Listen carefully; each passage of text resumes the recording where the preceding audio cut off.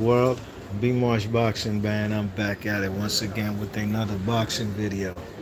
So, Ryan Garcia, Tank Davis, April 15th. It is official, y'all. Pay per view Showtime, Premier Boxing Champions.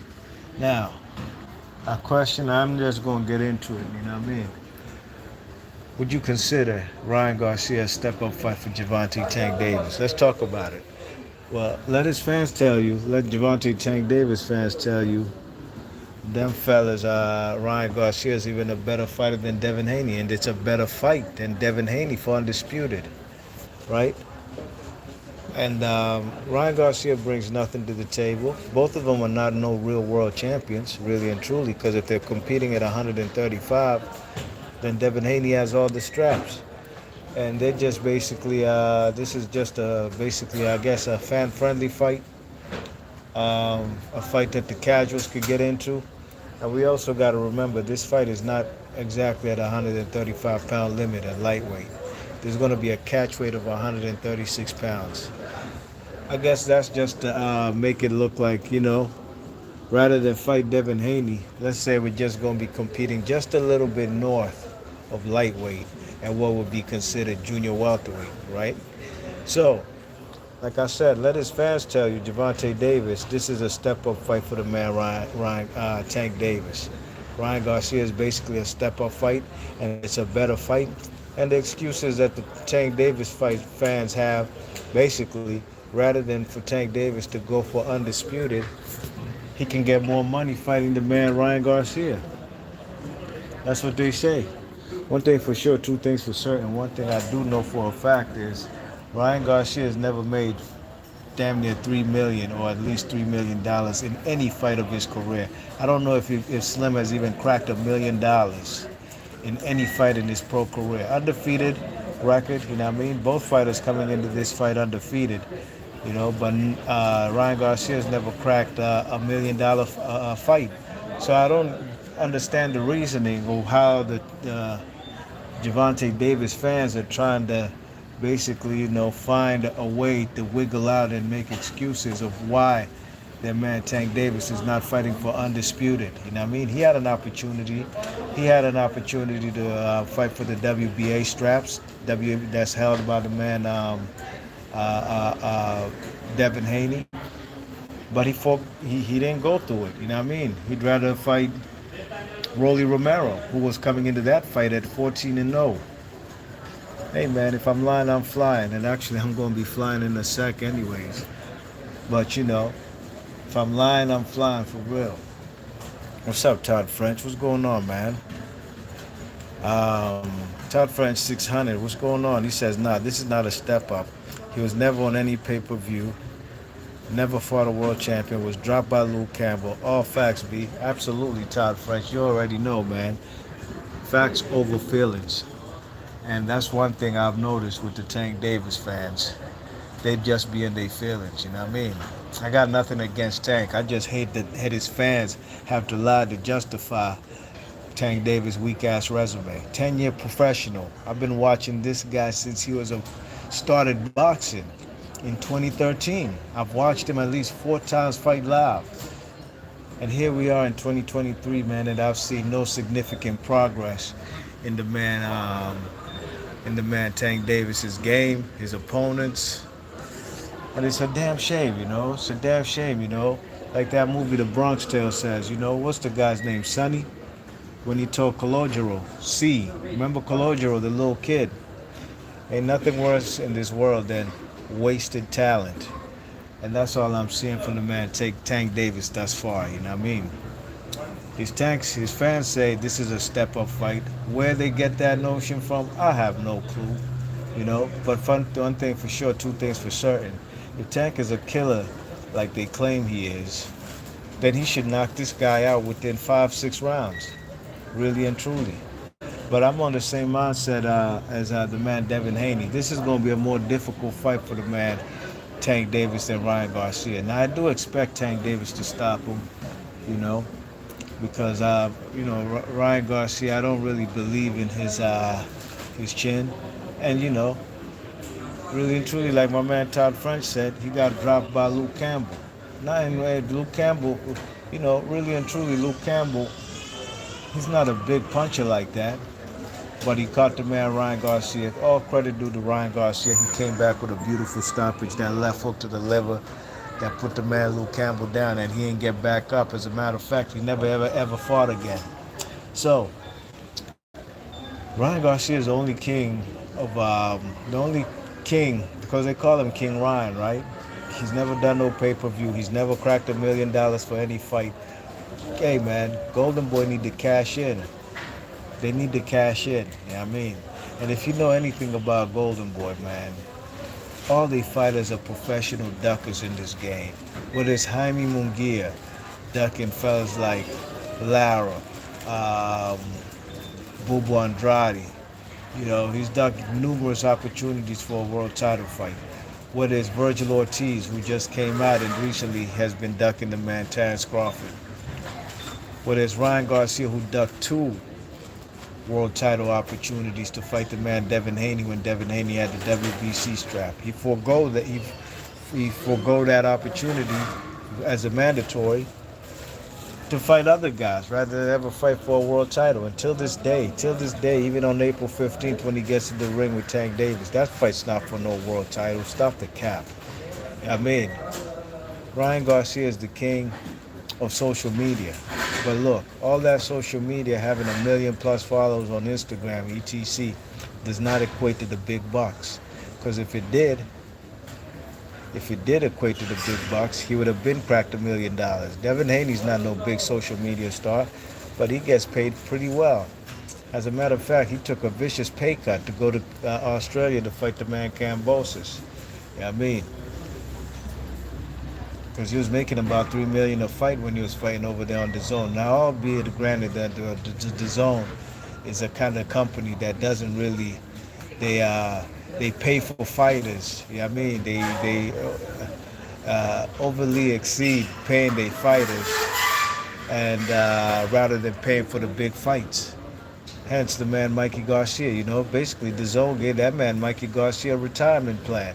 They gave him his pension, man. He got a few fights fighting a couple of nobodies, Sandoval Martin and these guys, and Jesse Martin. I said Jesse Martin, Jesse Vargas. That fella's got his payday. He got fat paydays that he ever got in his life, and he retired. So Todd French 600 is in the chat, says I'm hanging my brother. Yes sir. He could have fought Dev. How do you say the belts don't matter? Shaking my damn head.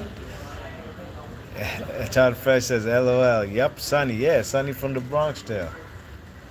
The champ has to chase the challenges. What world do we live in? That's what's happening these days in boxing. This is these new boxers, just like even the basketball players. I could definitely say in the two sports that I watch constantly, boxing and basketball, these two sports, the fighters and the players, are very entitled these days. I mean, the NFL not so much. The NFL, man, they still get on that gridiron and they do what they have to do to get their fat payday. Ain't no missing games. You miss games, load management, etc., or ducking fighters like they do in boxing, load management in the NBA, you're not going to be considered a great player. There's only 17 games in an NFL season, so you got to show up for all of them. Todd French 600 says, Ryan can't clinch, come forward, can be easily pivoted, keeps chin too high, and a pressure fighter with little to no footwork. Facts. Preach, my brother. The Zone overpays drastically. That's why they raised their rates, shaking my damn head. Facts. Preach, my brother. Facto, man. Facto, my man. Todd French, 600. Yes, indeed. The Zone, that's what they do. But the Golden Boy fighters, they've been known to be habitual duckers in the game. But the man, Oscar De La Hoya, he needs to make some fat income come in for the year. And that's why he threw the man Ryan Garcia to the fight with the man Tank Davis. Does he believe in his guy? Possibly not. But at the end of the day, everybody gonna get paid. Now I don't know what so far the purses are gonna be, but this for sure will be the man Ryan Garcia's fattest payday, and as it should be. This is a pay-per-view fight. This is a fight that's very highly anticipated, not so much by the hardcore boxing fans, but by the casuals. You know, I see fellas on my Twitter who every day they never ever ever talk about boxing, but they talk about Jake Paul and Tommy Fury. Yeah, they even have predictions. Yeah, I think Jake Paul gonna do this, gonna do that, and they say they can't wait for Ryan Garcia versus what's his name, Tank Davis. So this is more of a fight for the casuals, and don't ever in your life ever come out your mouth and say this reminds you of Floyd Mayweather versus the man Oscar De La Hoya. That's what we're not gonna do. When Floyd and Oscar De La Hoya fought, well, De La Hoya was a six different division world champion. 6 different divisions.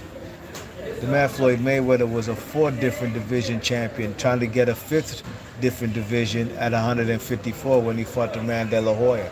Both guys were well, Floyd was not a pay-per-view star at the time. He was a pay-per-view fighter. But both guys were on the pound-for-pound list for many years and have been high as #1. And I'm talking about De La Hoya and the man Floyd Mayweather. Tank Davis and Ryan Garcia have never, ever cracked the pound-for-pound list. And that says a whole lot. Tank Davis, a 10-year professional, and still has never cracked the pound-for-pound list. Something wrong with that picture, y'all. Something wrong with that picture, but this new modern age boxers, they don't care about being on the pound for pound list. Shit, they even say, like Todd French says, the belts don't matter. And that's the state of boxing these days, you know what I mean? But I'll be there tuning in for this fight, April 15th. I'm sure everybody will be as well, hardcores, casuals alike, you know. But is this a step-up fight for the man Tank Davis? Absolutely not. Absolutely not. Who would I say is a tougher opponent on his resume? Not that his resume is strong like that. Just from the performance that night, the man Isaac Pitbull Cruz. Imagine if Pitbull Cruz got in there with the man Ryan Garcia. That's a fight that the man Ryan Garcia would not want to entertain. You know what I mean? It's just a whole bad matchup for him. You know what I mean? You know. I could, honestly, really and truly, that's the best name on the man's resume. On Tank Davis' resume, Isaac Cruz was a late-minute replacement. It wasn't Rolly Romero. It wasn't the Hector Garcia. It wasn't Leo Santa Cruz. It wasn't Mario Barrios. And if y'all consider Mario Barrios the best name on Tank Davis' resume, oh my gosh, man, we're really in a bad place in boxing. You know what I mean?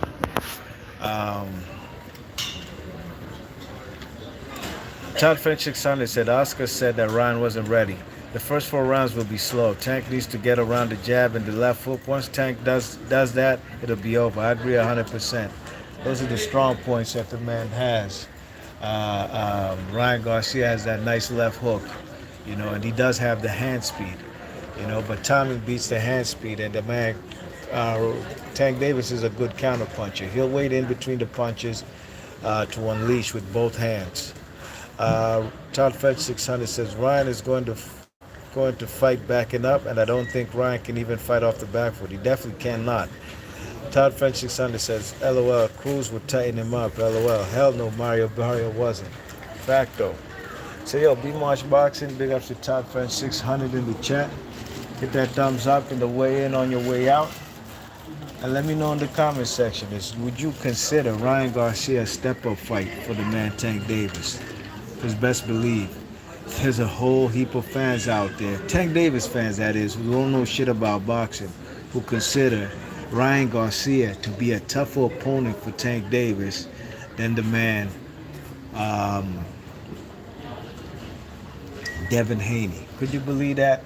It's the world state of boxing we're in. All right, B-March Boxing, I'm gone. Peace. Oh, thanks, man.